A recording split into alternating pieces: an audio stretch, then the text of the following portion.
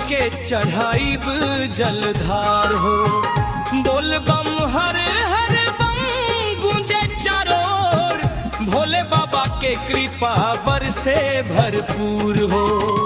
गंगा जी के निर्मल जलवा भरब हम, भोले के चरणवा में प्रेम से धरब हम। बेलपत्र धतूरा चढ़ाएब बार बार, पूरा करी है बाबा मन के हर विचार।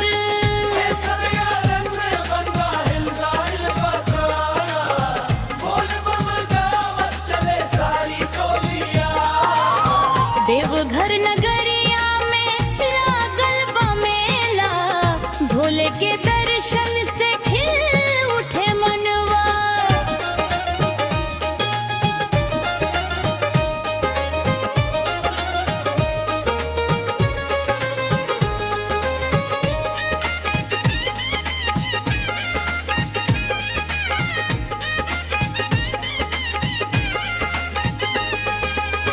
दुख सुख सब बाबा के चरण में छोड़ दे, श्रद्धा के दीपवा दिल में तू जोड़ ले।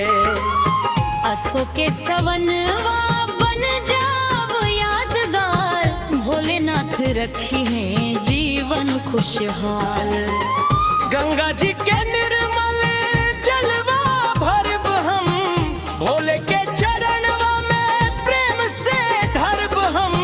बेलपत्र धतूरा चढ़ाएब बार बार, पूरा करी है बाबा मन के हर विचार।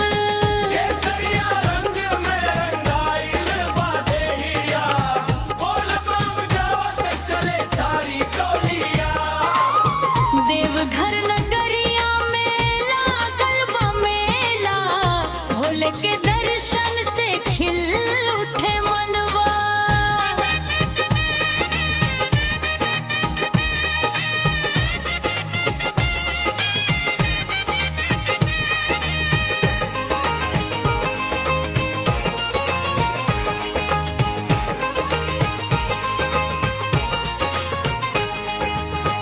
बंगरा से केस नहीं पैसन कर धरा, बेलेनाथ रखी है जीवन खुशहाल।